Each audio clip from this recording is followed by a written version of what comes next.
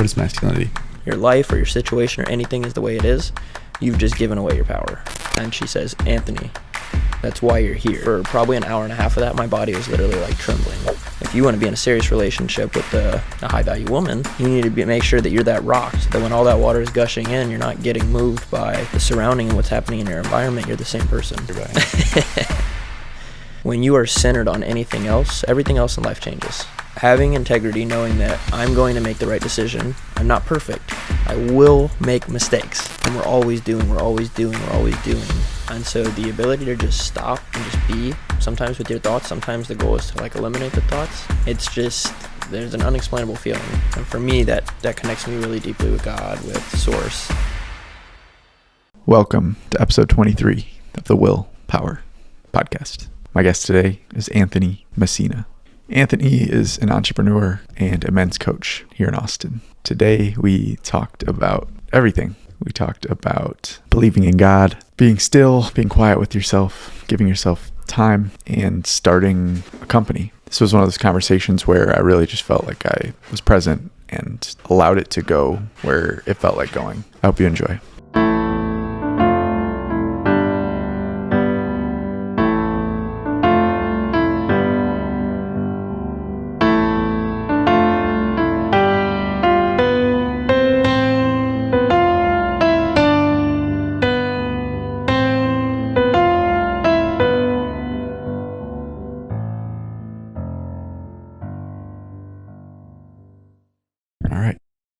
So tell me about how you got into men's work and like the whole arena. Yeah. So came about first with spiritual awakening. Girlfriend and I had been together for 4 years at the time and broke up. Spiritual awakening, like right then and there. And like after the breakup, or did it lead into it? Preceded the breakup, so like virtually the same time. And we ended up staying together actually. So we didn't end up breaking then. We did 2 months later. But the breakup was definitely a catalyst in that led to the spiritual awakening. And what I realized in that time, very clearly, was I'm not at all doing what I'm supposed to be doing in terms of my purpose. And so I was running a moving company. And I realized that there was no ounce of me that was doing any of that for service or anything. It was really just about the money. And I realized that in that moment, there was so much that needed to shift. I immediately got into community almost right after that. Before that, I had the same friends since high school. So previous 6 years, like I had made one new friend in the past 6 years. Sure, I meet acquaintances and stuff, but nobody that I could call on.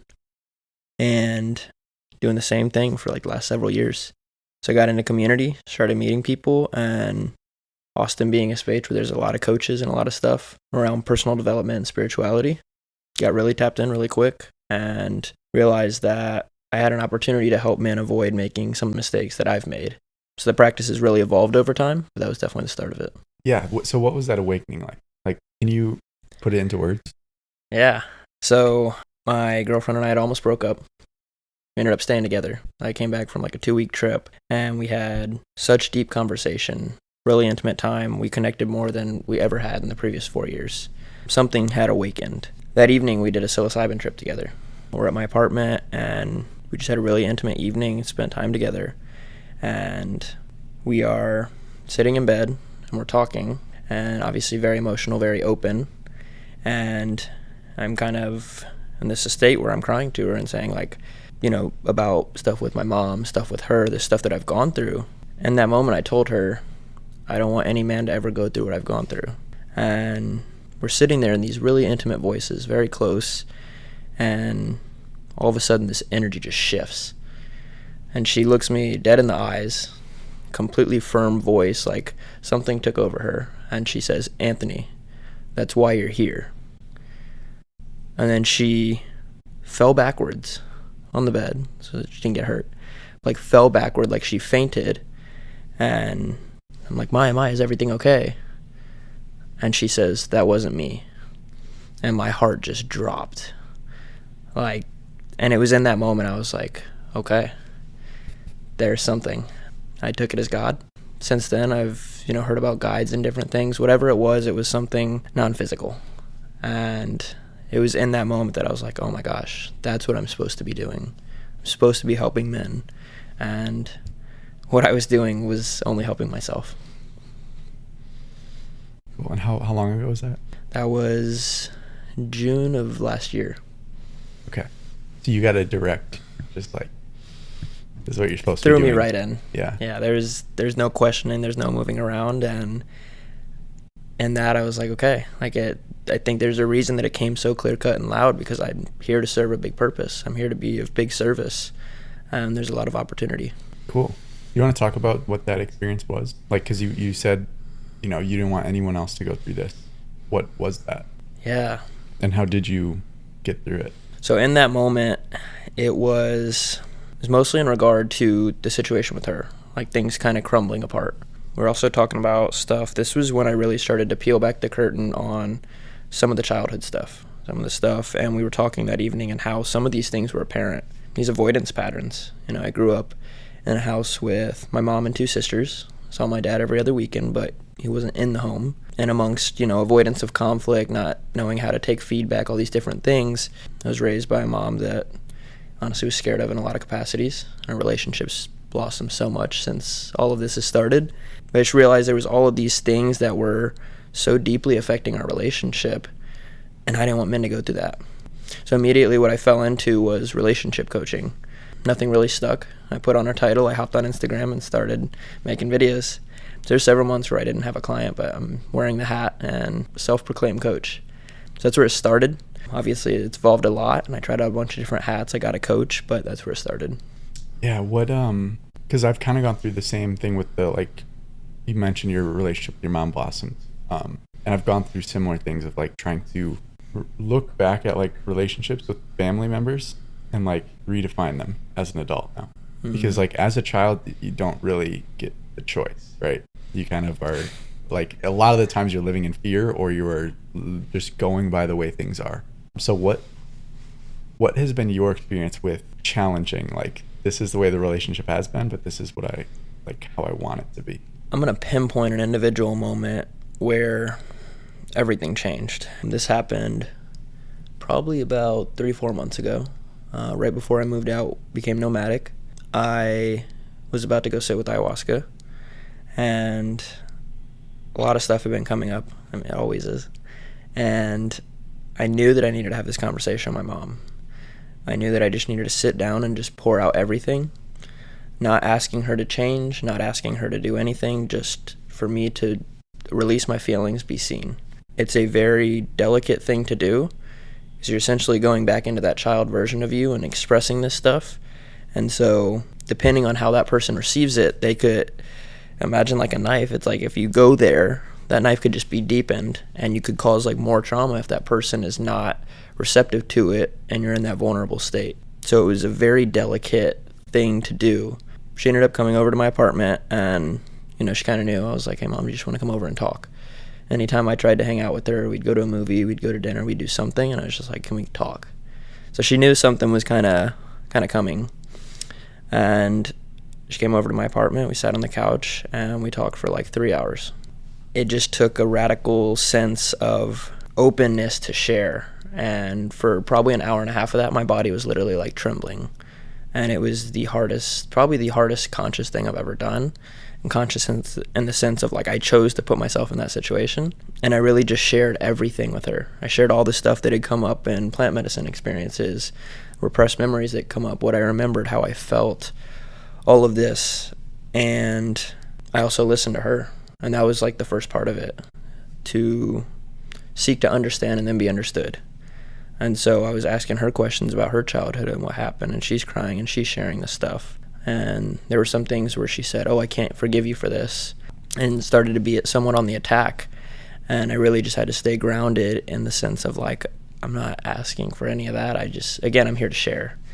And I realized this lesson's carried with me of sharing our feelings and our experiences without the intent to change somebody else, just to clear that air for yourself. So it's been the most valuable thing. In terms of redefining it, it was just simply a state of just clearing that out, so what else could come forward. And so I would say not the amount of time we hang out, the amount of time that I'll see her, like that hasn't changed all that much. It's just like now all this past stuff is gone. It's like clearing out the drain. It's opened you up to like be who you are.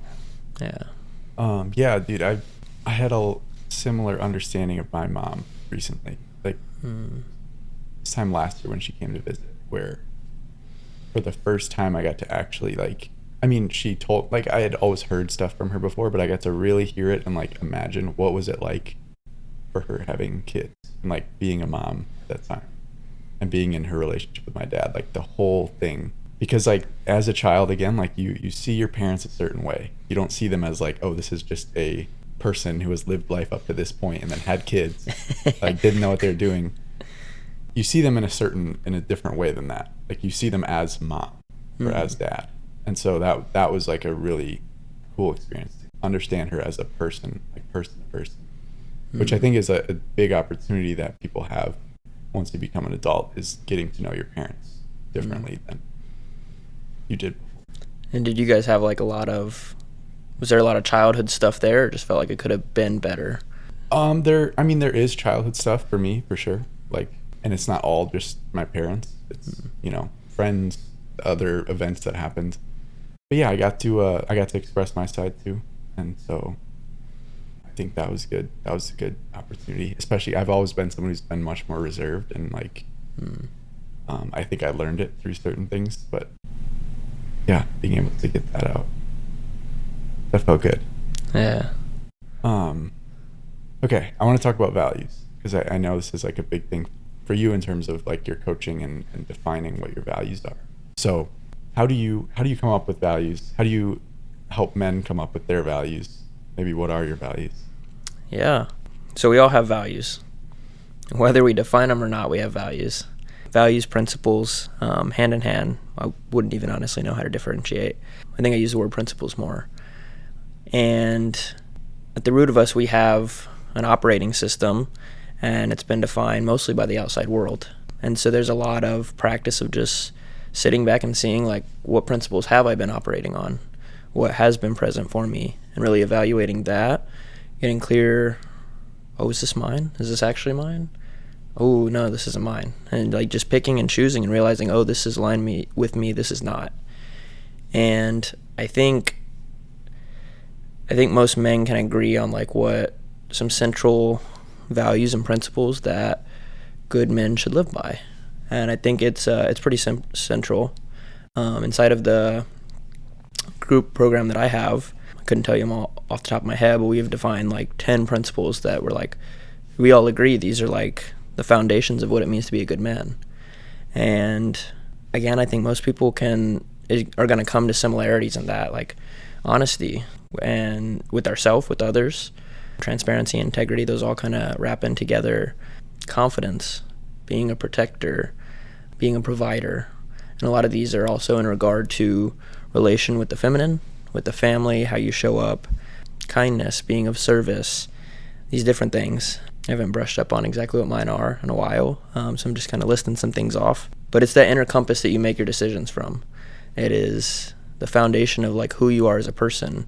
And it's so important because in a really good book, I'm sure you've probably read it, looks like you got a lot of books, but the 7 Principles of Highly Effective People. And when you are centered on anything else, everything else in life changes. If I'm centered on a relationship, that's my central, like, that is what the center of me is, and I derive my value off that. When that changes, I'm no longer in a relationship. Oh wait, who am I now? All my value, like I was dependent on that for worthiness. And people do that with money, with career, with friends, with hobbies, like with all kinds of things. And all of these things can change. All of these things can have variety in day to day, week to week, month to month. But our values, the core belief systems that we carry about ourselves and how we should show up in the world, like that doesn't change. And it can change very slightly over time. Think about like the Constitution. There's these 28 amendments, I believe we have, and they've been changed a handful of times in hundreds of years. And so that's how you think of your principles. Like, it might change every once in a great while, but truth is, like, what we know to be true about being a good man, like, there's not going to be some radical shift tomorrow, like, oh, actually it's this. And once you get clear on that, once you start living by it, it's just a spiral up. It gets easier and easier and easier.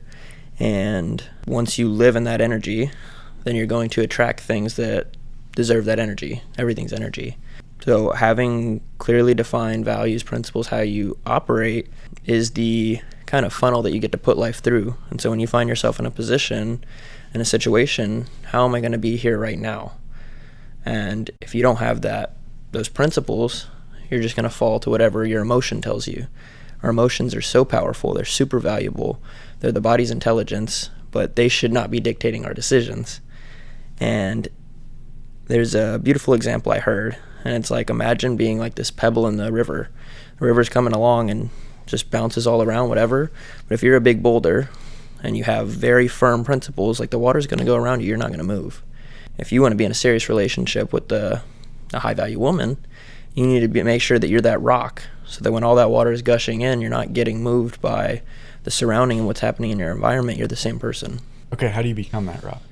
Because like I'm thinking of this, and like I could list out a bunch of principles and say, oh, I live by these, but then I'm guessing to become the rock, you need to actually live by them. You need to like prove it to yourself in doing it. So I think the foundation of like the centerpiece is integrity, because the integrity is like, okay, do I have integrity to these principles? Integrity, and I said like goes hand in hand with transparency. If you're of integrity, then transparency doesn't matter. I could open my life up, and if you can open your life up and everyone can see every decision that you make, and you're okay with that, obviously you're not going to do that. There's some things that are personal to you, but like, are you okay with everyone knowing the decisions you made? And that tells you, yes, okay, I'm okay with that, and I'm proud of the decisions I make. So having integrity, knowing that I'm going to make the right decision. I'm not perfect. I will make mistakes. And this is something that really set on my heart about 3 weeks ago at this men's retreat I went to. And it opened a lot because I didn't realize how much shame was, retained inside of me. And we're going to make mistakes. So the level of integrity that we have, yes, I'm going to make the best decisions I can the first time around. Sometimes I'm going to make mistakes. When I make the mistake, can I own that? And I think that more than anything is where that principle is developed, because we're going to make mistakes, but can you turn around and say, I made a mistake. This is what I did. Here's my choice moving forward. So that is like where the deep level of trust with yourself and integrity is actually built, because we're going to make mistakes. And I think the challenge that a lot of people see, including myself for so long, was we expect ourselves to be perfect the first time around, so that when we make a mistake, well, now I'm no longer perfect, my integrity is ruined, and then we're shaming ourselves, and we're creating that big separation inside of ourselves. So the path forward is really blurry. But if you can realize, oh, now is my opportunity to actually have integrity, then I think that's where it gets easy. Yeah, I had a friend who would talk about how the path to authenticity is, first you have to be authentic about your inauthenticity. Like you have to like kind of own the fact that you have like these ways that you have been inauthentic. Yeah, I like that. And that is a great way. Like if you notice yourself being a certain way and you're not in integrity, like calling it out, that's like the way back. Yeah.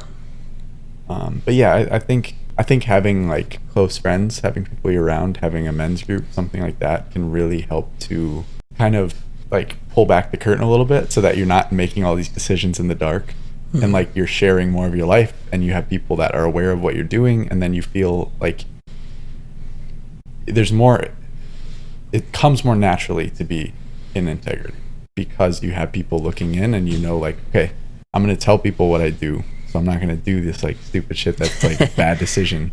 Because I've found that it's easier to lie to yourself than it is to other people, for most people. It's actually pretty easy to lie to yourself. Like you can hide things in your subconscious and like kind of avoid them or ignore them. But when there's someone else there, like they're not going to hear it. Like I used to help guys practice approaching women and get over the fear. And that is like the biggest, like if you're with a friend or with a coach or with someone out doing that, all of a sudden you're like, oh, she's busy. And they're like, no, she's not. And you're like, oh, well, she's dressed up really nice. I can't talk to her. And they're like, yeah, you can. What are you talking about? It's like all these lies that we tell ourselves. If you have someone else there, now you have to be in integrity. So you can't run from it. Yeah.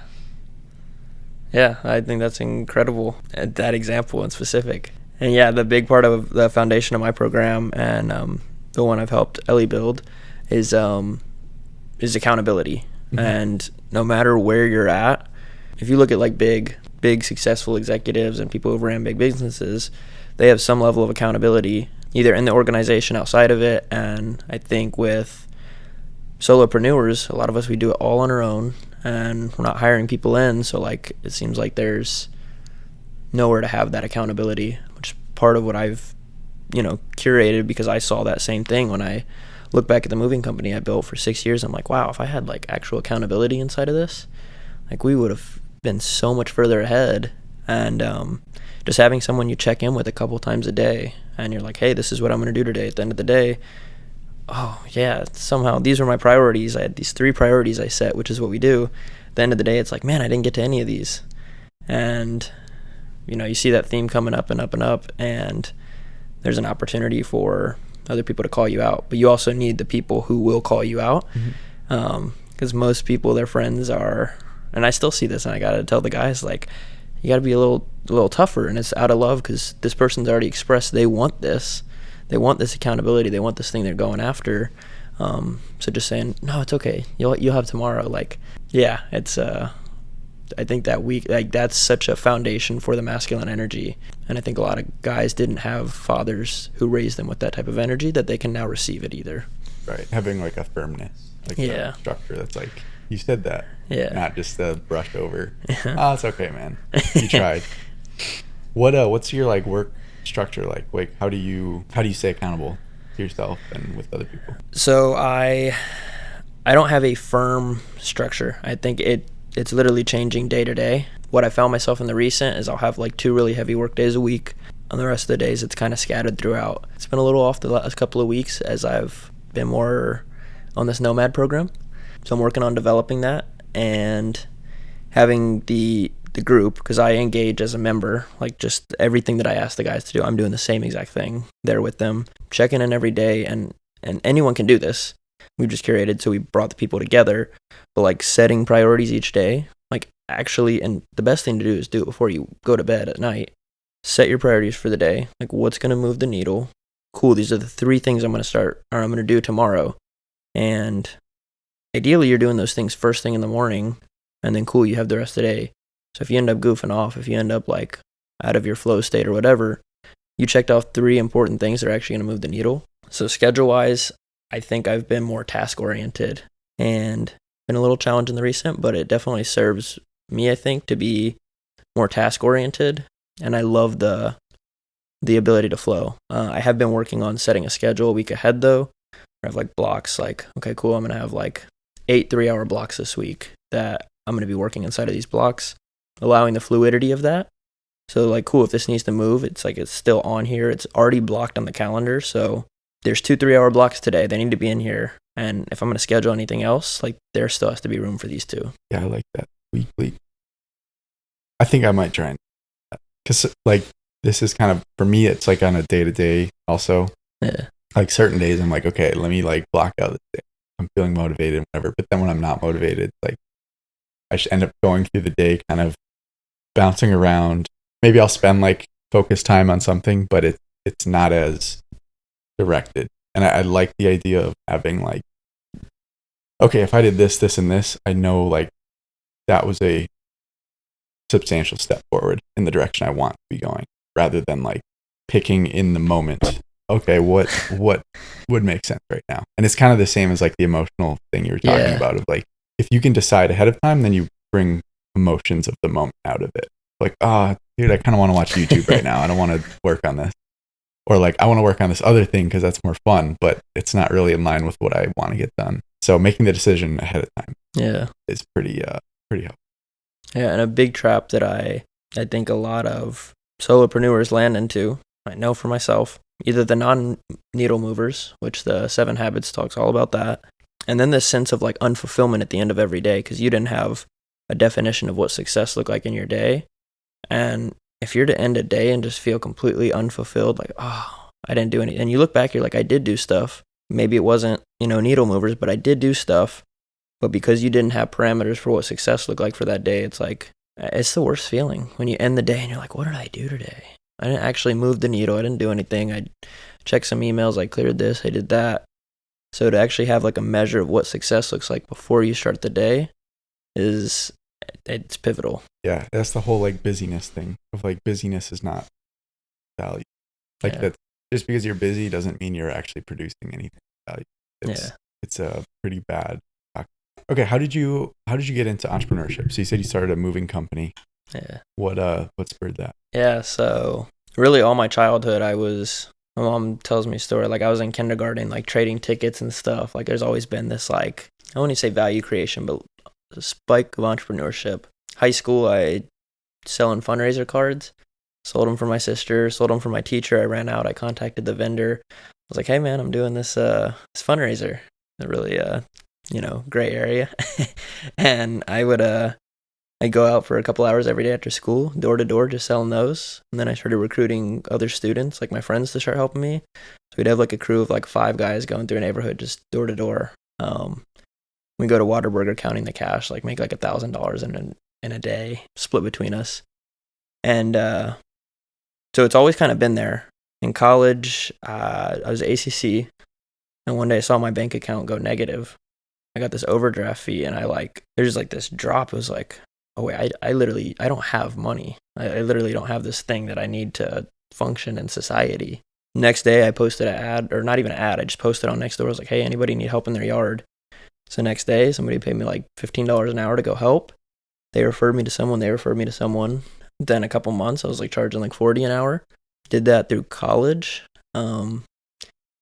My year before I dropped out, I was at Texas State, and I'd literally like be in class, like booking jobs, and like I had guys out in the field while I was in class. And then dropped out, kept running that, had a job for a little bit.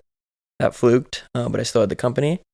And once I left, so that company was 9 to 5 for 3 months, and I was like, oh, I'm never doing this again. So my boss fired everybody, like burned down all his companies during COVID, like 20 years of business, like burned it all down. That's a whole story. Anyways, got fired, everyone got fired, started the moving company, or kept the moving company going, and then that started my 3 years of like traveling every month, and it just started to take off.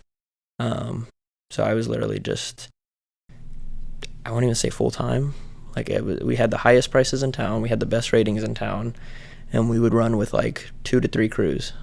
I didn't own any trucks, I didn't have any of that, so it was very like lean operations, and like our profit margins were really high, and it was paid my guys better than anything, and it was incredible. It was a really good experience. I realized it wasn't, the service I was meant for, but it was an incredible time period, and still runs to this day. I still have stake in it, but I don't own it or deal with operations.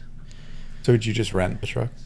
Yeah, rented from U-Haul, and didn't own anything. I was very against owning anything at that point, because the big part of the entrepreneurship, which is the whole thing I've been navigating, is like I took on responsibility so young, because I wanted to get out of the house. I didn't want I didn't want my mom to have any control over me or be able to take my phone away. So I got a car, and I was like never home. Took on responsibility super early. So a lot of my 20s has been me trying to like minimize any responsibility. Mm-hmm. And I've seen so many mirrors with guys inside my program who are like doing everything they can to minimize responsibility. And I feel like in the last several months, it's like I'm actually like trying to take on responsibility.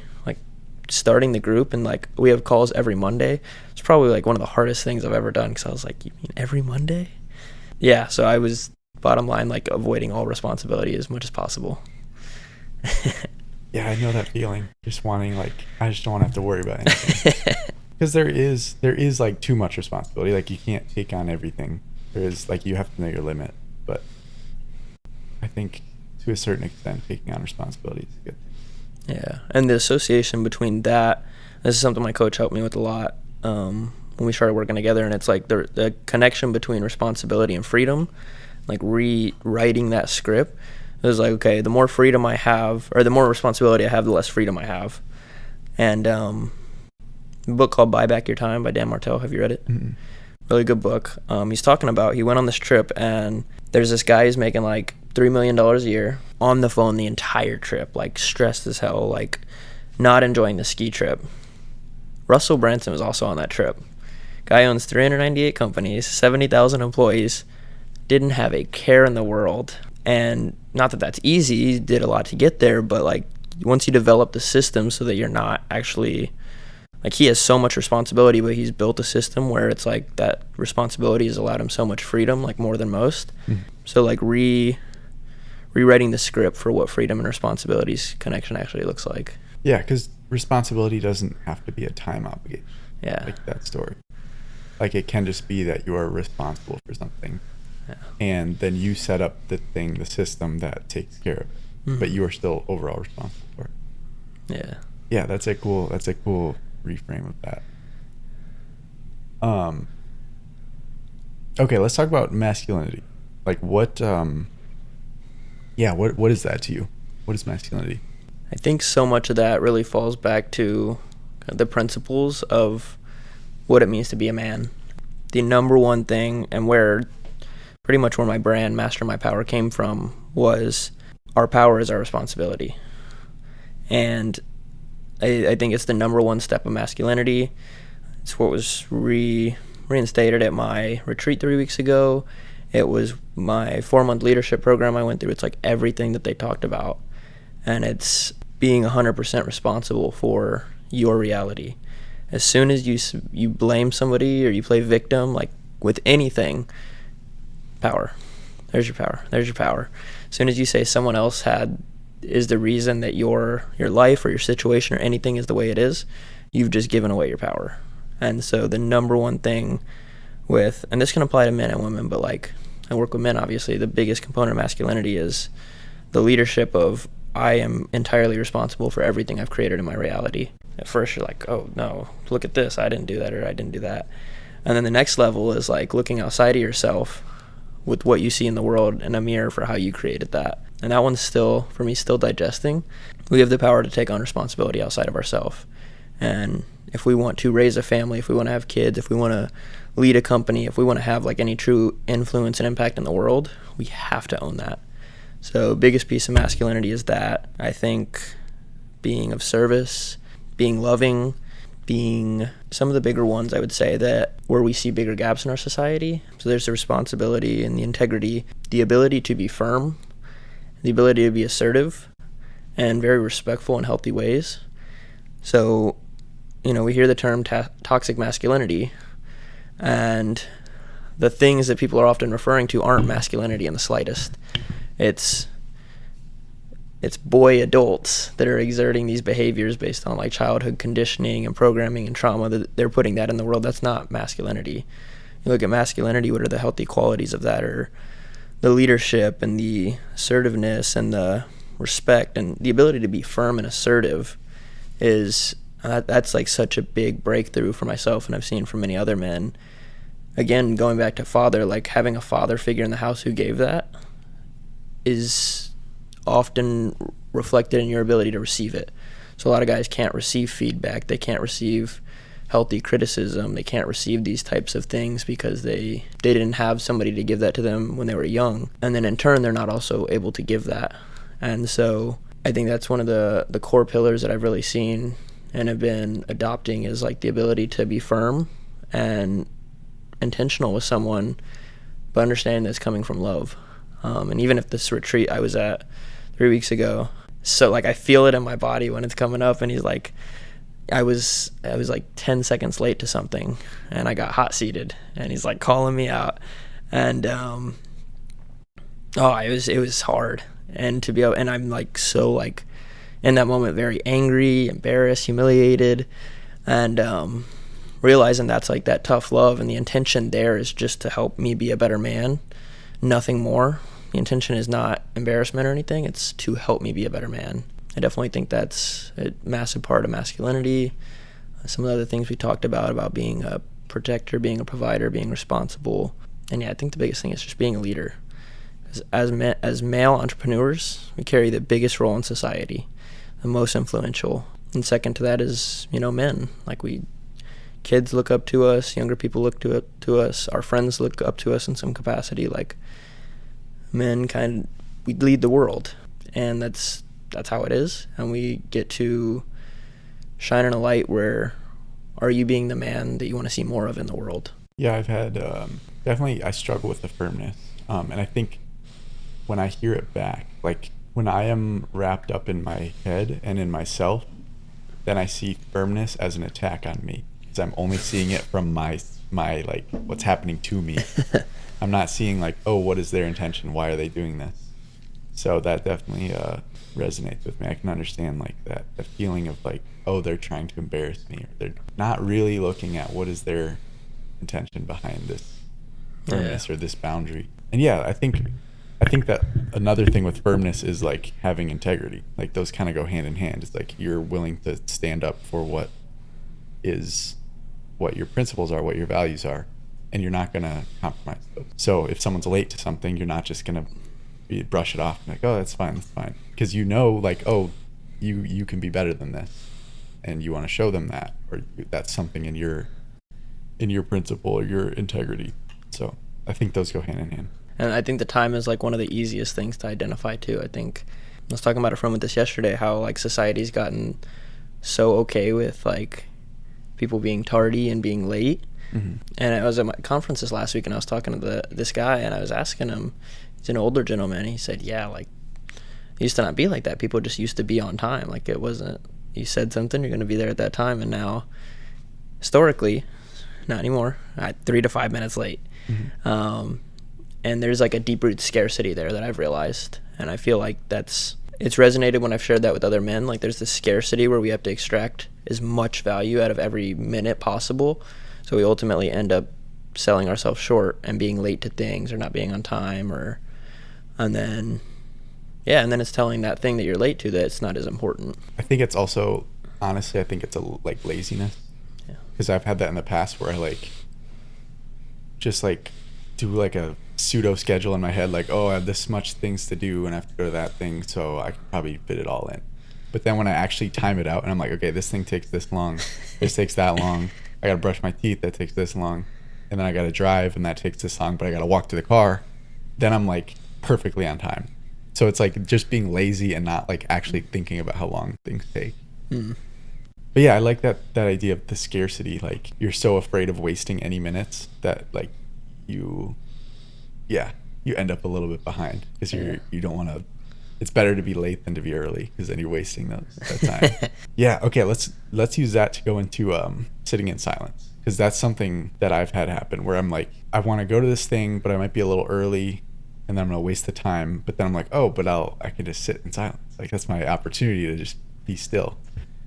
So what's your experience with silence and just like not having noise in your ears or a screen in front of you or anything? Yeah, I got to a really good practice. I do more guided meditations, and that's a habit for me, 30 minutes a day of guided, not always guided. Sometimes it's, frequency sound, sometimes it's silence. For a while, I got into this practice of going out to a park every day and just laying there for an hour. I'm not necessarily meditating, I'm literally doing nothing.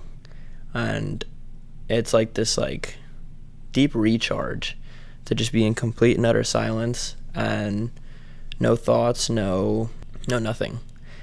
For me, it's really a big indicator to my body of abundance, because we have time, and this ability to just be and you've heard this, human beings, and we're always doing, and so the ability to just stop and just be, sometimes with your thoughts, sometimes the goal is to like eliminate the thoughts. It's just, there's an unexplainable feeling, and for me that connects me really deeply with God, with source, especially when you go do it in a field and lay in grass. But there's something about just laying in there that just like, it's this recharge. It clears your mind. That's the best way to say it. It's like a recharge, a restorative state where you feel complete again. The thoughts have died out, the worry, the creeping in, and all of that. Mm-hmm. So if you get the opportunity to do that, even if it's 5-10 minutes a day, like it's super powerful. That is a good reminder. It's something I try to remember, is that like I'm not as busy as my mind tells me I am. Like I have this like, my anxious mind is like, you got to be doing this thing, you got to be doing that. But it's then there are moments where I get like a moment of stillness where I get to be like, oh yeah, none of that is really important. So I do like that you kind of had that built in 1 hour, and that was your reminder, like what's actually important. It's not all of that busy work that that we think is so important in the moment. What's most important to you right now? Service. 100%. Especially after that, I know I mentioned several events, but 3 weeks ago, the Liberated Retreat with a guy named Zach. I don't know if you've heard of him, Zach Blakeney. Oh, used to be a bodybuilder? Yeah. Dude, I just met him, yeah. Super cool dude, Okay, incredible. that's crazy. I just had my integration call with him yesterday. Really great dude. But yeah, he hosted that retreat, and to see him and his faith and his level of service, and like this man has achieved such massive levels of success in his business through just genuine giving, and like with no expectations to receive, just genuine giving. And it was such a good reminder. And I feel there was a part of me at one point where my service was focused on serve to receive. And so in this last month, I've been so deeply rooted in service with zero expectation, being abundant with my time, being extremely supportive. Some guys in my program were going through something, so hop on, and we ended up talking for like an hour. And it's like, it could be really scarce with that. Like, I just, he didn't pay for a one-on-one, like be in service. At which point I have, a full roster or something like that, then maybe that doesn't always work, but right now that's not the case. And being in service as I go to the world, like your service isn't just in the work that you do, and this has been a big paradigm shift for me. Your service is in the energy you bring to each moment. So when I was just in Dallas for 10 days, half of that I was alone, and it was really liberating. But to go out and about and like realize, I can be of service right now. I can be of service when I go talk to this person, just how can I make their day better? How can I make them smile? How can I make them feel seen or whatever? And realizing that service can come in every moment. And something that was said at the conference this past weekend was, your life isn't about you. And the ego hates that idea. But it's like, you're just here to give. And I think like when you're genuinely giving without any expectation to receive, like that is the quickest way to get out of scarcity, to get out of anxiety, like to get out of most of these fear-driven or egotistical thoughts. Like just give and just be of service, and be of service in your relationships, be of service in your purpose, and also take care of yourself.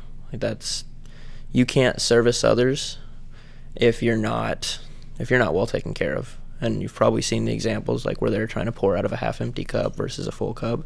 But centering my life around service and faith has been a new fixation point in the last month, and I've been such high vibration energy, and I feel that any times I've started to fall into really anxious or non-serving thought patterns, it was because I fell out of that and I was so focused on myself. And it's a really hard thing for me to digest. Even as I'm saying it now, I'm like, that's crazy. But just really living with like service orientation first. Would you say that's your the source of your like willpower drive? I would say God is, which has led me to service.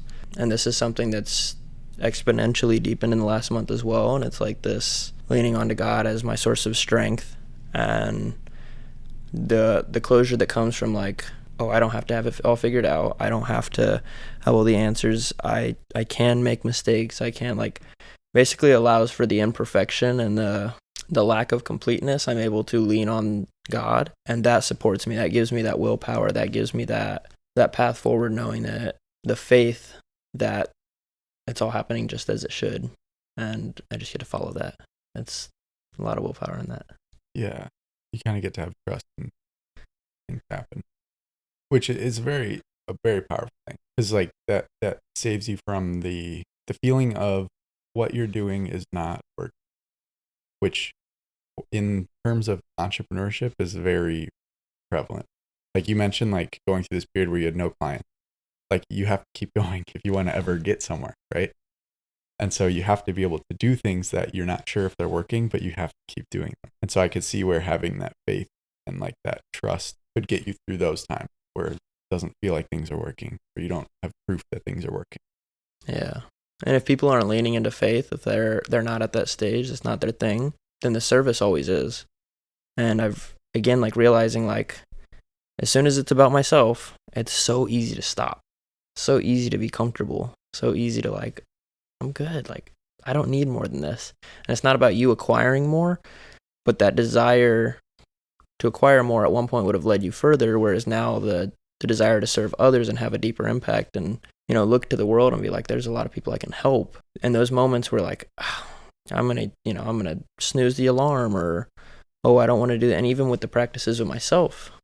So I'm like about to get in the ice bath. It's like, oh wait, I get to be a mirror for other people about what true inner strength looks like, how I can be more powerful. And I know that as I take care of my body in this way, it's going to allow me further service. So if you've found your purpose and you know what, in some capacity, like what you're here to do, then leaning into that service, again, if faith isn't your thing, then it's just having something bigger than yourself to grab onto.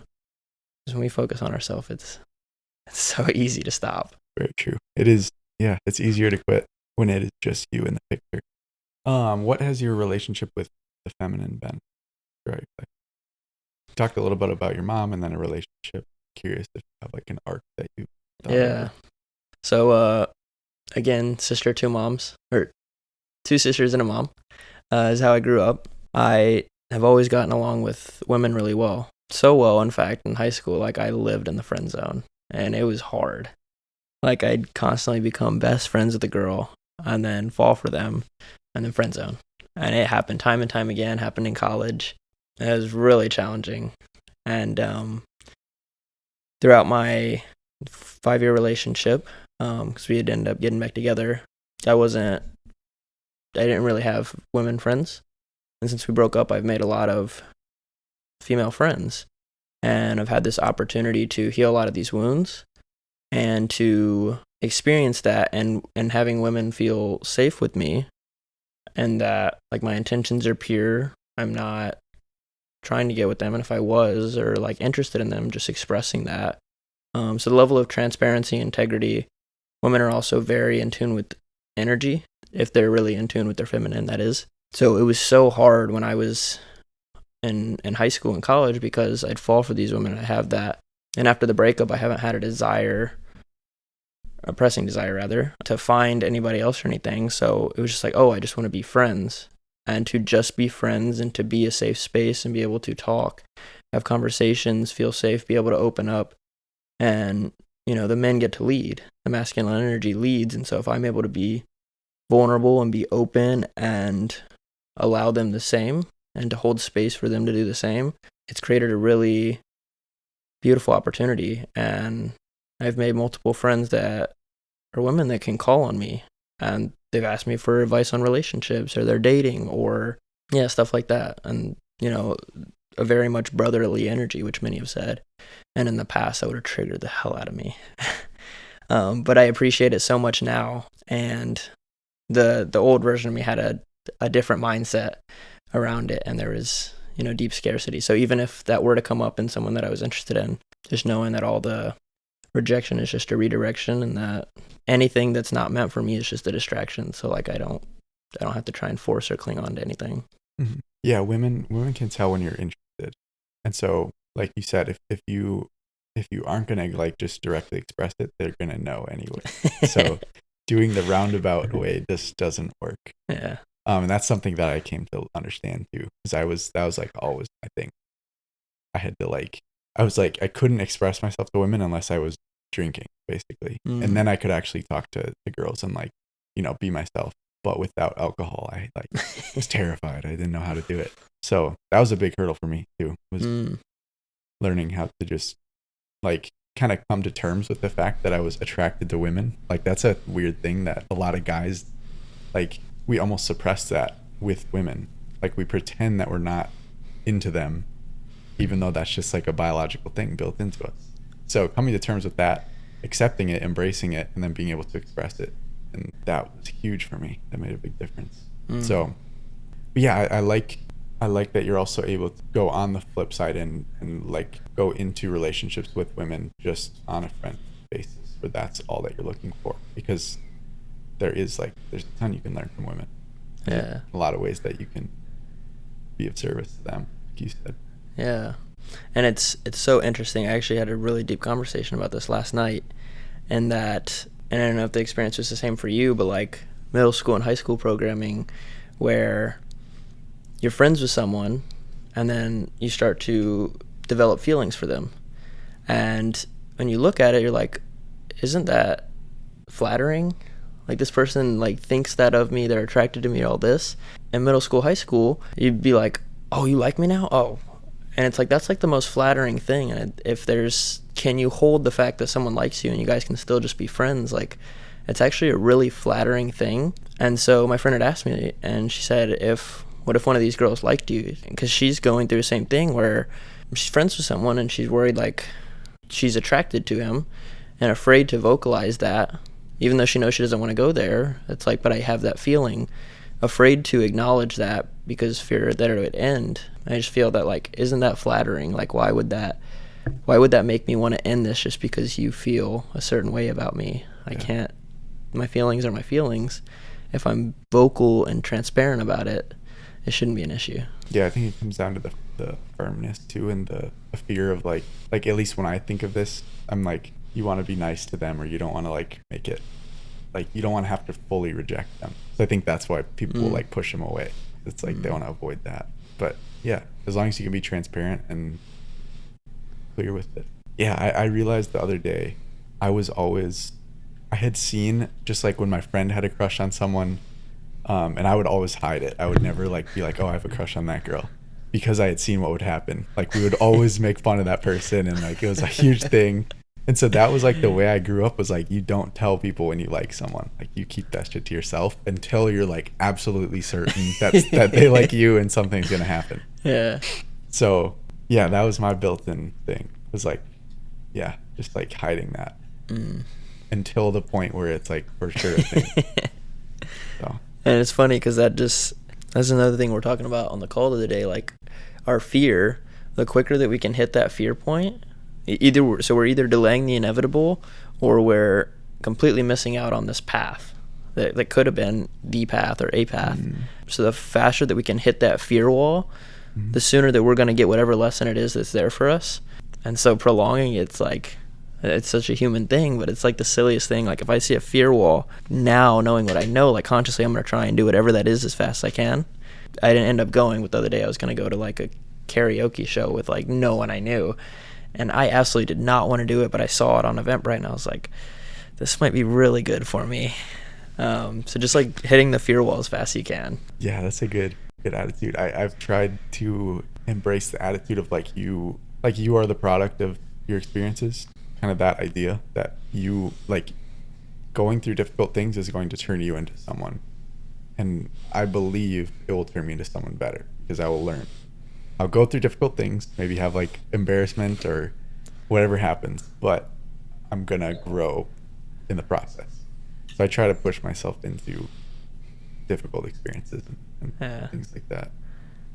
With your the approaching you used to do, was that, I assume that was through practice that you developed that skill. Was that something you were deathly afraid of? Is that why it came about to start coaching on that or leading people in that? Yes. Yeah. So for me, it was a huge fear I had. Like, I just didn't know, again, how to talk to women without alcohol. I don't know how to do that. Or at least in a way that was direct. And so that was my first thing. I saw a video where, have you heard of More Plates, More Dates? Yeah. Okay, so his name's Derek, right? Derek, yes. Yeah. He used to have a lot of dating content. Like, that's what his YouTube started as, More Plates, More Dates. And there's one video where he said, like, every guy should, as soon as possible, get over their fear of talking to women. Like, just get past that part. Do that early in your life. That's a good thing. And then I took that and I was like, okay. And I had gone through other periods of like reading stuff or like reading dating self-help books and just never really doing anything about it. And so then I saw that and I was like, okay, I need to like actually confront this problem. So I scheduled time on my calendar, my Google Calendar. I like put a block and I was like, practice approaches. And then I took Reba out for a walk and just like talked to like 3 girls that day. And then I started just doing that regularly, like once a week I would try and do it. And then at first I had a ton of momentum and I felt good about it, and it seemed like everything was going good, and then just like slowly started losing it. And the big part of that was because I was doing it all on my own, because at that point I was too embarrassed to like tell anybody like, oh, I'm like going out and approaching girls, and like, I don't know, I felt weird admitting that this was something I was working on.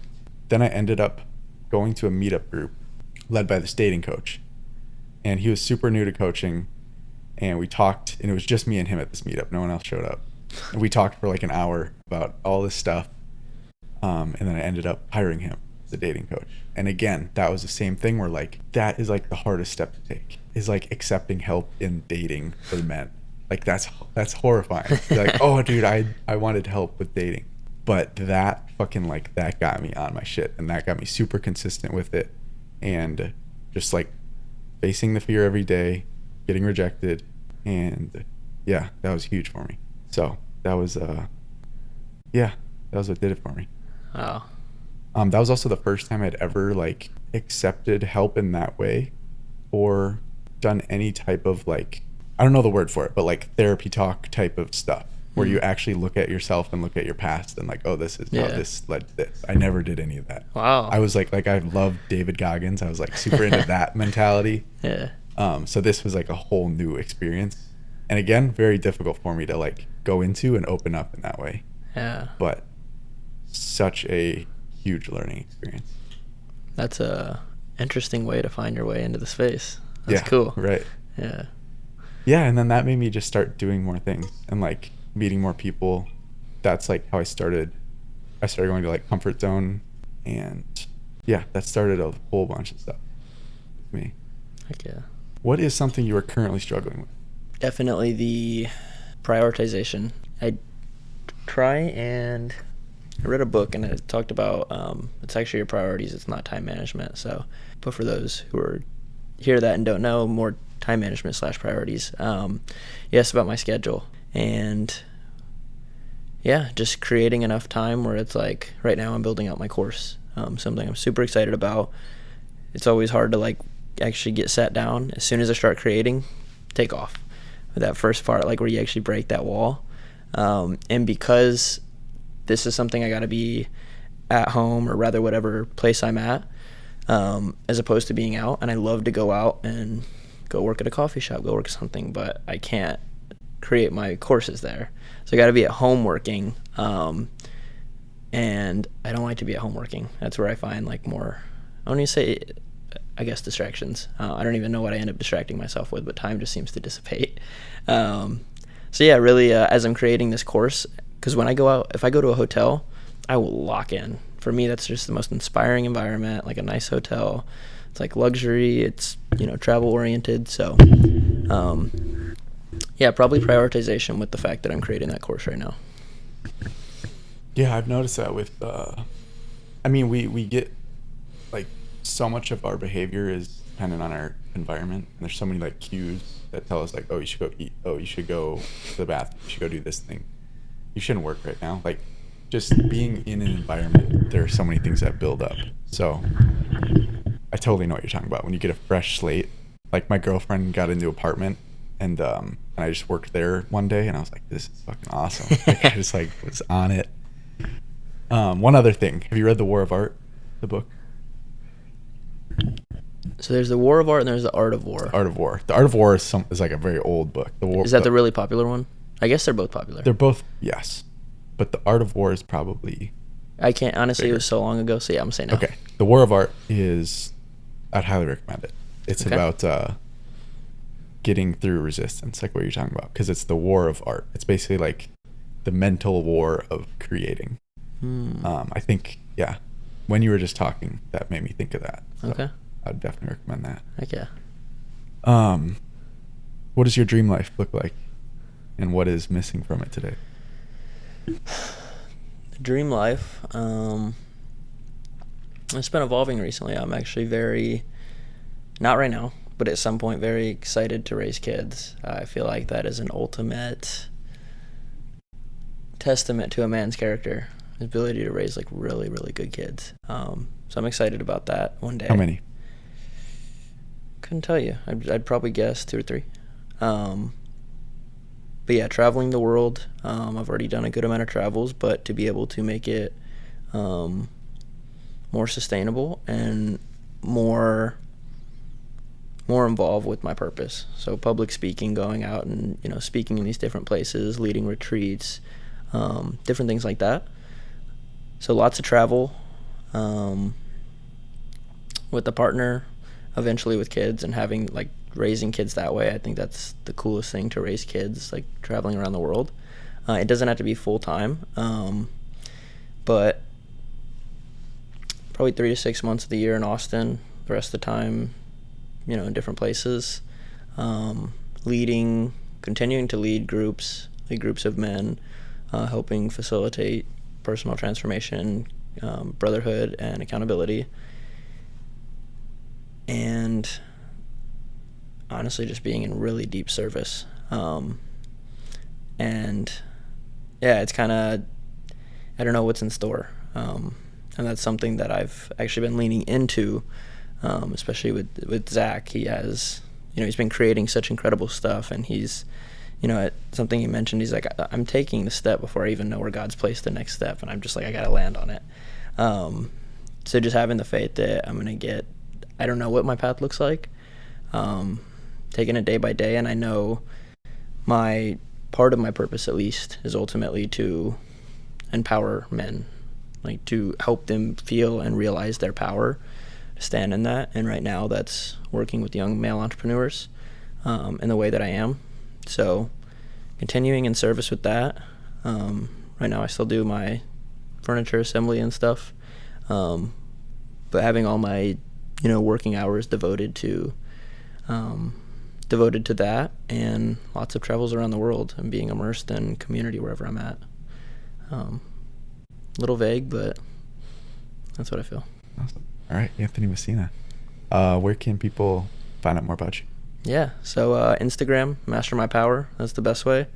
Website, just go to Instagram. It's the best way. Instagram. Yeah. All right, cool. Thank you for coming on, bro. Thank you, brother. Appreciate it.